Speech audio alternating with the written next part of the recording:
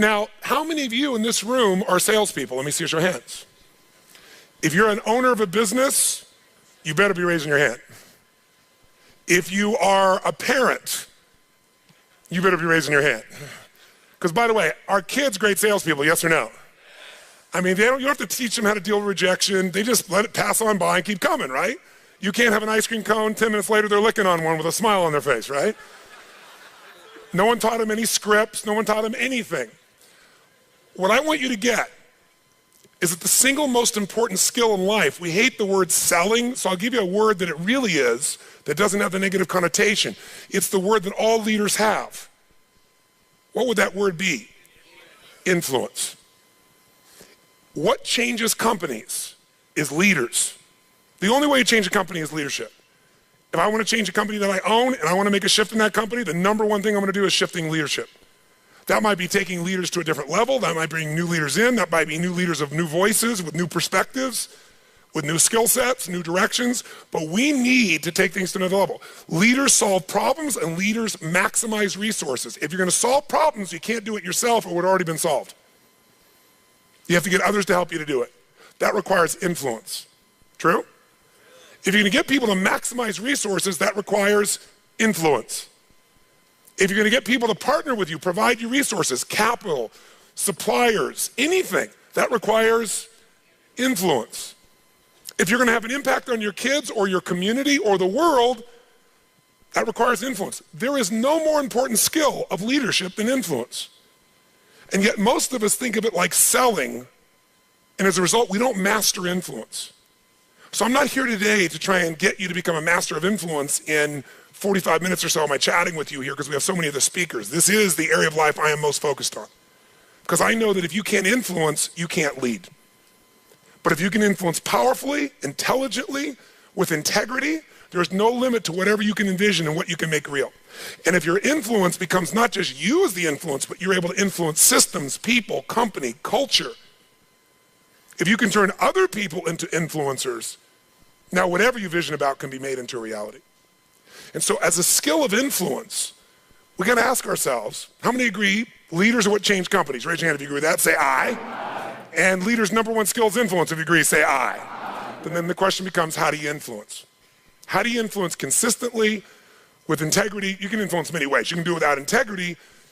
But the good news is we live in a world today where whatever you do, it's transparent to the world because there are no secrets anymore, are there?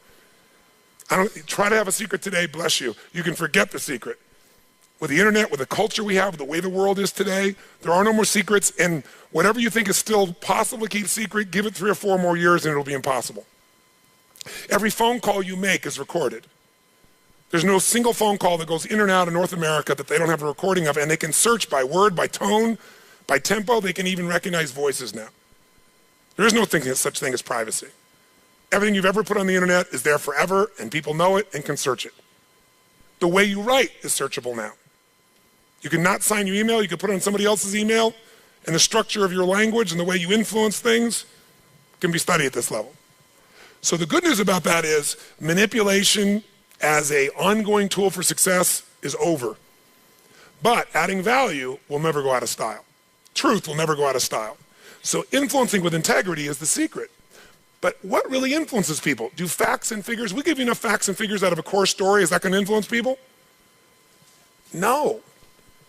It's the weaving of that story together in a way that produces what shifts people. And that's human emotion. Ultimately, the big game here is emotion. You have to influence emotion. You have to influence the emotion of your people. If you're going to maximize resources, and if we all agree, as we talked about the other day, it's not a lack of resources, it's a lack of what? Resourcefulness. If you're creative enough, if you're playful enough, if you're determined enough, if you're focused enough, you can find a way. If you're giving enough, if you're generous enough, if you're honest enough, if you're courageous enough, you will get people to help you. You will find the way. You will make that thing happen. You'll access the resource. You get someone to coach you, teach you, loan it to you, let you try it, drive it, experience it. So it's the ability to influence emotion, because that's what affects our intellect. That's the bottom line. A core story is only there to give you a set of facts to educate someone that will make them emotional enough to make a decision. And what they do is they go through a series of things that you have emotions about. They may say them in a non-emotional way, but the only reason they work is because you know they're going to open the person's emotion. How many agree with me on this? Say aye. So as leaders, we can never forget that humans are emotional creatures, including ourselves. And to influence other people, we have to know what already influences them. And we can't ever forget what truly influences them.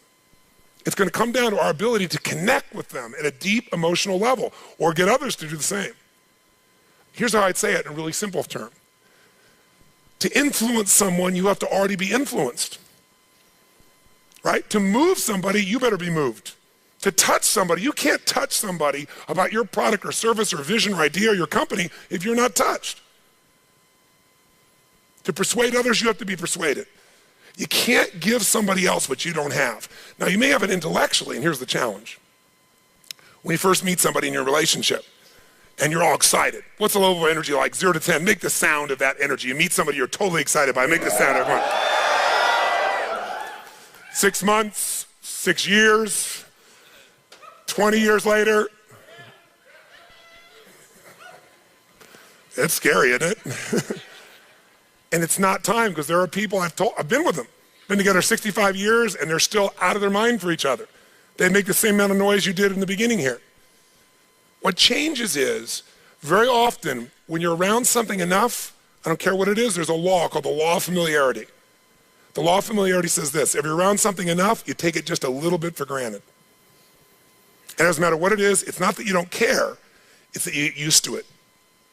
It's that the variety of it is not quite as high. It's not so new, and with that, sometimes you give it less significance. Even though in your heart you know it's significant, you don't keep the aliveness of it. It becomes something you intellectualize versus something you feel inside your body with a passion.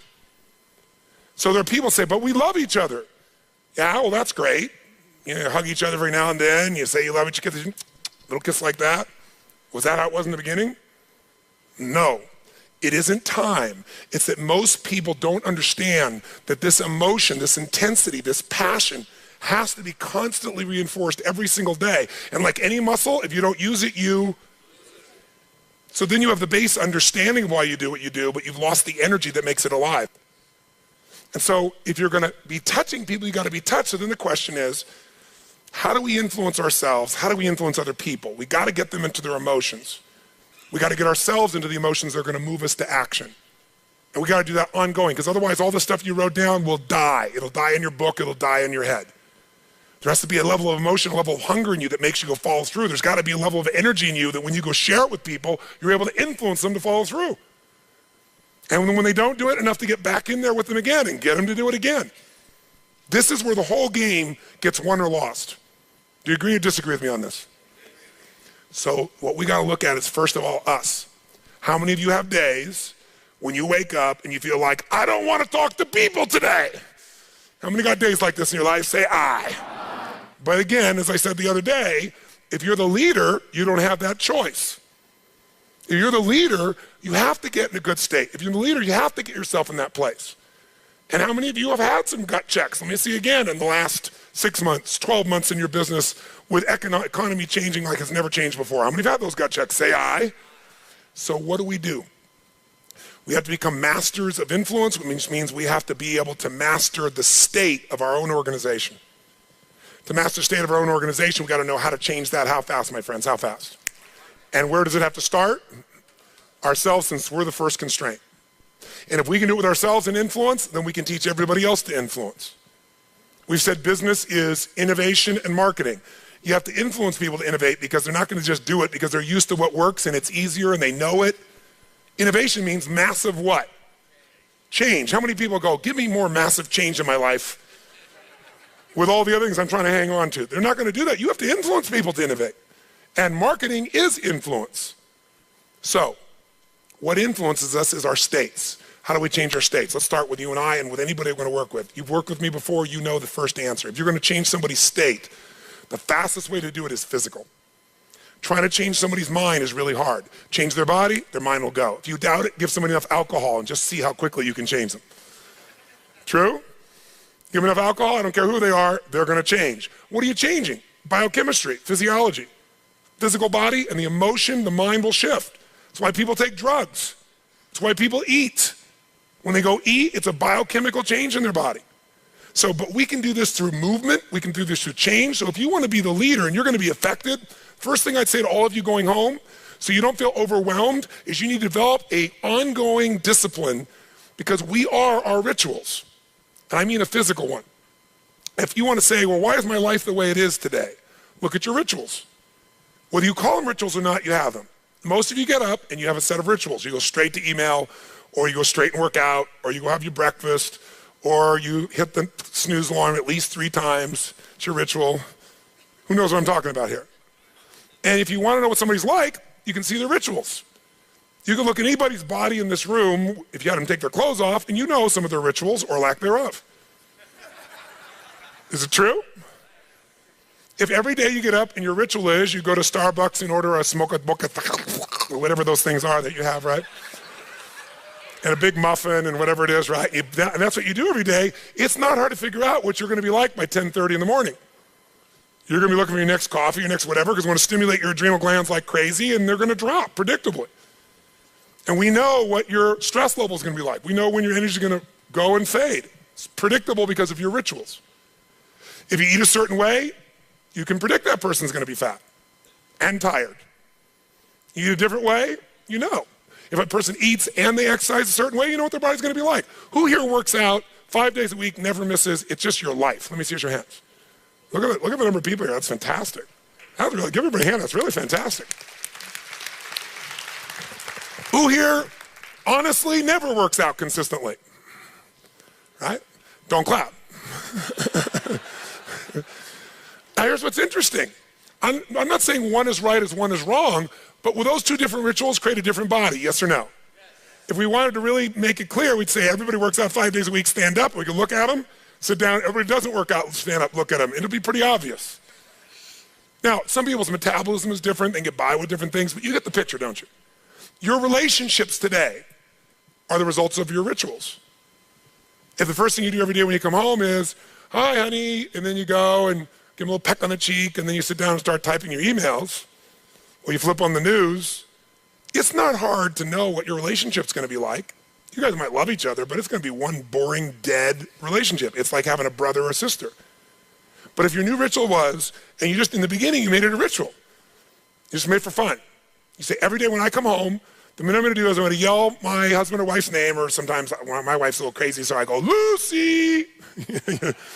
I'm home, and then we both go running. Wherever she is in the house, wherever in the house, we go running full speed like lovers that haven't seen each other in 6 months. We do it, ask my assistant, all the time. Now, not every day, but it's our ritual to this process, right? It's just a crazy thing. Thank you. Thank you. I appreciate the hand, but that's not why I'm telling you to do this. I'm telling you this because I want you to create yours. Because when you do that and you're playful and crazy, and you do that on a regular basis, like you can't wait to see each other. And the biggest ritual that we have besides physical, and by the way, let me just say to you this. When you go home, if you want to transform your business, transform you by creating first, if you don't already have one, a set of physical rituals that you're not going to miss. I don't care if it's 3 days a week, 4 days a week, something that's going to make you physically strong, because in a place where there's going to be a lot of fear, the way you deal with crisis is number one thing you should do is feed your mind. And you're doing that. Get yourself new answers. Immerse yourself in new environments. Get new voices. Have new perspectives. Ask some new questions. Isn't that what we've been doing here? Right? And we're doing it together and bringing all these people together. I basically, to create innovation in your life and marketing, I've assembled here 19 people. You assembled 5 days of your life, and we're just rocking day and night. It's the total immersion of what I taught you in innovation. It's really what it is, but it's got to continue. For it to continue, though, we've also been managing your state to a great extent. Right? Most of you don't go home and 4 or 5 days a day start clapping like crazy and screaming and shaking. You don't do that yourself. Right? And so some of you are going to go like, wow, it doesn't feel the same as at the seminar and stuff. You know, I'm back here by myself and my people aren't doing this. But some of you will go home and initiate this. You're going to have your Physiology 5, your 5 minutes of physiology shift, once an hour, once every 90 minutes, or no more than once every 2 hours. You're going to start your morning with everybody, and you're going to bring in and get some little audio clip of something from a movie or something that blasts across, the room, and have everybody stand at attention. You're going to do some crazy stuff if you're smart. Go over Zappos and see what they do. They got the most crazy stuff going on there. All the stuff that I do in seminars, they do every day at their location with their people. And people can't wait to get to work and they're in a certain state.